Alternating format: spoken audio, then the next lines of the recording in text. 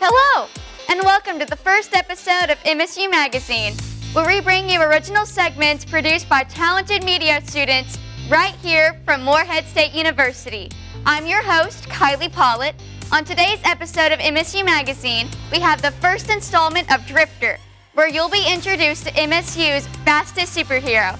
After that, we're going to have Reload with Tate and Bryce coming to you with the latest in video game news from the audio suites. Then our own Ash Culp has a killer review about the gory mid-80s cult classic, Reanimator, on Ash's Cult Classics. Let's start things off with Drifter.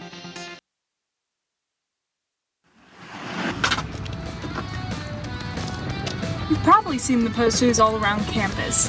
New superhero, lightning bolt graphics. Really? The top-tier graphic design. Well, here I am. And I'm not some government soldier or a super gifted alien from another galaxy. Or some baby who is glowing in the womb like the other heroes. I'm just a normal student, like the rest of you.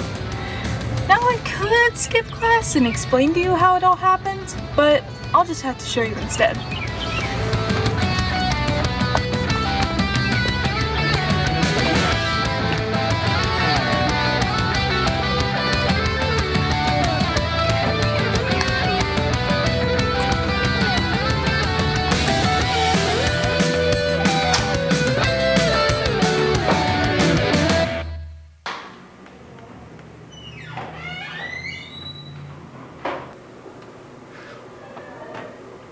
What's up, Maya?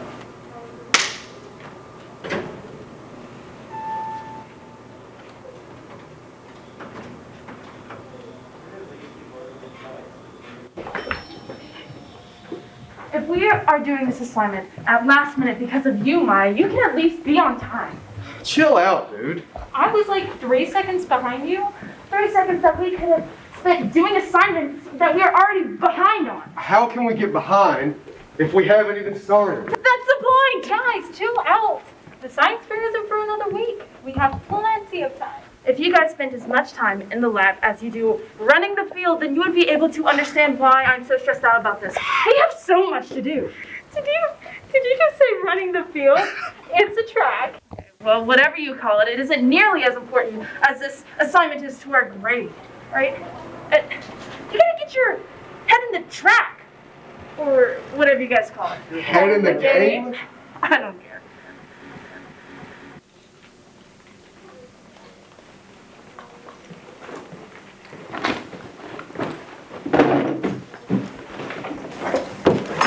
I did the calculations with no help from you all. We were at a track meet, okay? We're sorry. You know, it's alright, you all wouldn't have been any help anyways. What's that supposed to mean?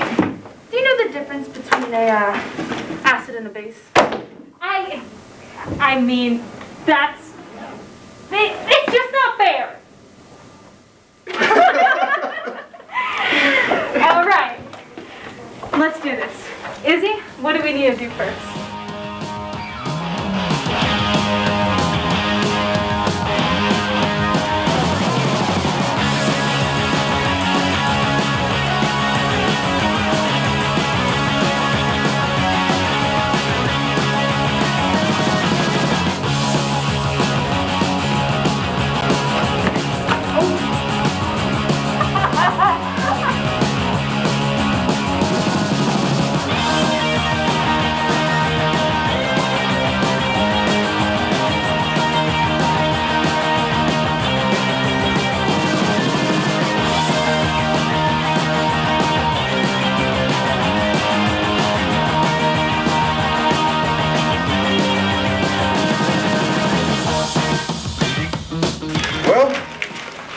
Experiment 24 was a bust. Better than 9. Can we not talk about 9?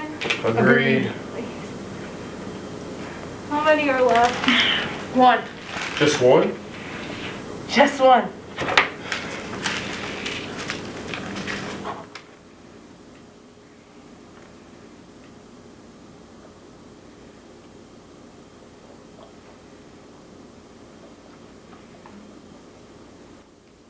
Ready? Hell yeah!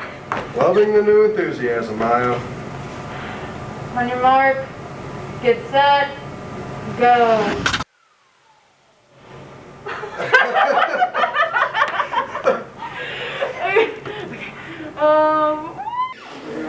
See what you missed out on? I'm a superhero. I'm still running late for class though.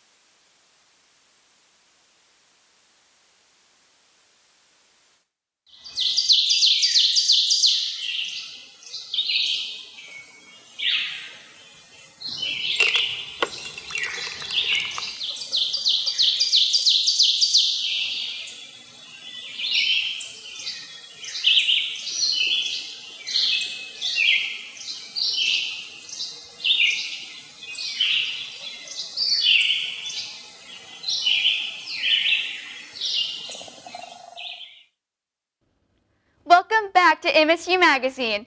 After that super-powered episode of Drifter, let's bring things over to the first episode of Reload.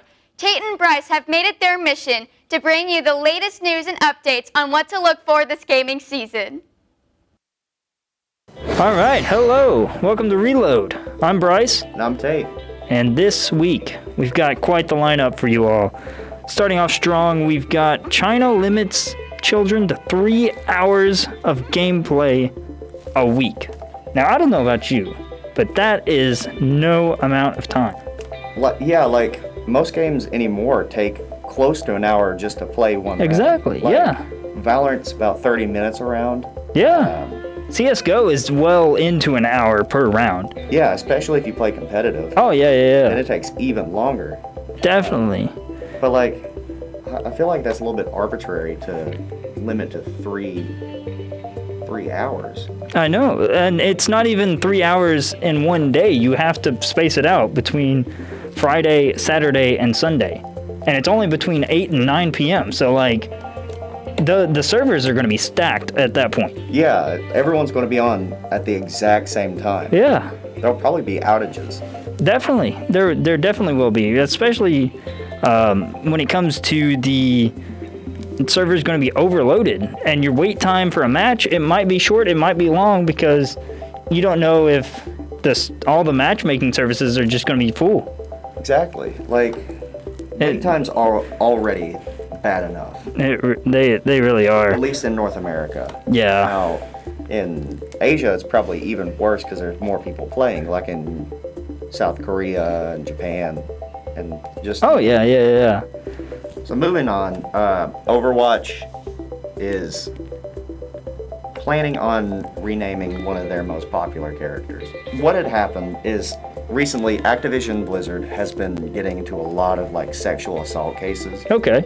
And one of the people involved is Jesse McCree. Oh, I is- see. who is the namesake of the character McCree. Yeah. Since been fired, along Mm. with a bunch of other big Blizzard execs. Yeah, that is actually huge. Yeah. I wasn't really tracking that, but yeah, no, I can see the debacle that they're stuck in now. Yeah. Because of this character being made after one of the developers, correct? Yeah, and even because of this, they have to push back their narrative arc that they were having planned for, I think, later this year. Yeah. And McCree was supposed to be like a main character. Oh yeah. See, I've never actually got into Overwatch, but I've seen a lot of gameplay of it, and like, I mean, the game itself is pretty interesting, and I that was one thing that I always thought was interesting, was how they went into the lore Yeah. and did the not behind the scenes, but the backstories for each individual character, releasing it, and I thought that was always neat.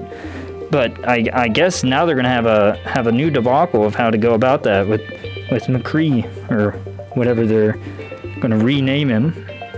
But yeah, it's going to be really interesting how they're going to take this and like. Oh yeah. There's memes going around about it, and I don't think we can show this one. Oh yes. Yeah. But that might be all we have time for today. I believe so, with such a short show. Yeah, But it's the nature of the beast. yeah, join in next week when we talk about some more tech news, tech stuff. Yeah, video games, technology.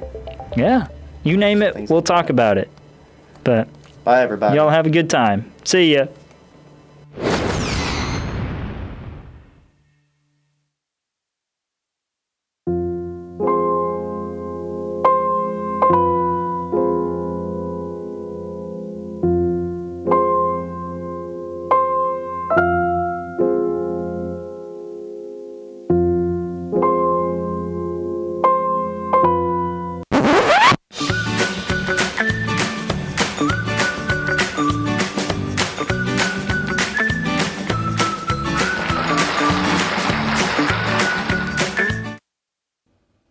Welcome back. Lastly today, we bring you Ash's Cult Classics to talk about the 80s horror film Reanimator. Well, hello there, viewer. Welcome to my Cult Classic Reviews. My name is Ash, and today we are going to be discussing, for our very first episode, one of my favorite movies of all time, H.P. Lovecraft's Reanimator.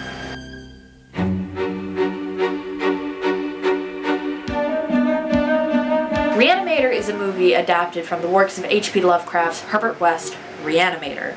The story follows medical student Daniel Kane at Miskatonic University as he comes to live with and somewhat befriend the eccentric mad scientist type Herbert West. Interesting. West is on his way to perfecting reanimation of dead tissue and wants to, in part, use Dan both as an assistant and to gain access to certain authorities. This leads to some dire consequences and some gory results. Also involved in the story is Dr. Carl Hill, a prominent brain researcher and professor of the university. Mr. West, I suggest you get yourself a pen. Dean of the school, Dr. Alan Halsey, and the dean's daughter and Dan's fiancée, Megan Halsey. A good old love story with a disapproving father with the railroad spike of Herbert West shoved in the middle to make for a convoluted dark comedy. Reanimator is the brainchild of director Stuart Gordon and producer Brian Usna, who would both go on to later work together on further future projects such as From Beyond and Castle Freak. And Usna himself would go on to direct the 2 sequels that followed Reanimator, Bride of Reanimator and Beyond Reanimator. Gordon was originally known for theater work, doing counterculture plays in the 60s that got him shut down a few times by the police.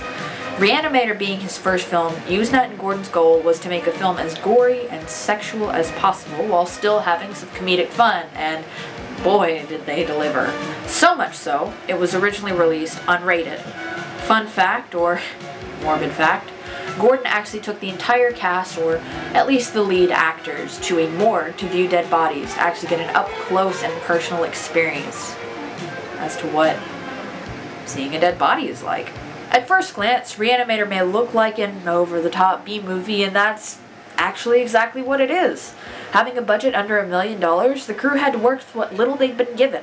And as stated by Usna on the commentary track, most of their extras and background characters were interns and other crew members because they simply could not afford more people. That's not to say they didn't make diamonds out of coal or a zombie out of dead cat tissue. For what little of a budget they had plenty of quality gore effects that made some of the lesser ones a little less noticeable, an amazingly written dark comedy script, and memorable lines that fans still quote today. You couldn't call or write a note. I was busy pushing bodies around, as you well know, and what would a note say, Dan? Cat dead, details later. More concerned for his projects than his peers' lives, getting the results, and even putting his own notes above his life. My notes! My notes! He's a man who lives for his work but is still strange enough to be somehow lovable. That's not to say the rest of the cast was bland. Barbara Crampton, who plays Meg Halsey, brought gumption and character to a girl who could have easily been, as what Herbert so lovingly calls her, a bubble-headed co-ed. The chemistry between the three main characters, Meg, Dan, and Herbert, was a match made in heaven that allowed the actors to play off each other quite well. So, is it good? Very. Is it high quality? As high quality as the budget would allow for. Thank you guys so much for watching. I cannot recommend this movie to you enough. It is obviously one of my favorite horror movies of all time, if not one of my favorite movies. And if you need a gory, fun, comedic horror film for Halloween, I definitely suggest this, since that lovely holiday is right around the corner. But thank you guys for tuning in, and until next time, this has been Ash's Cult Classics.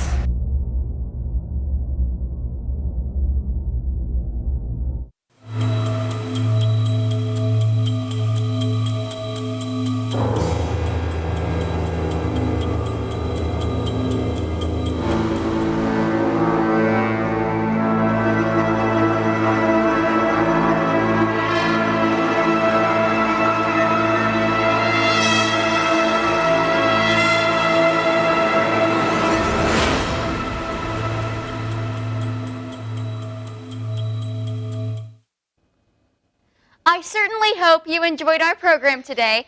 Be sure to stay tuned to MSU TV for the next installment of MSU Magazine, premiering in a short couple of weeks. I'm your host, Kylie Pollitt, wishing you the absolute best this fall semester from all of us here at MSU Magazine. I'll see you next time.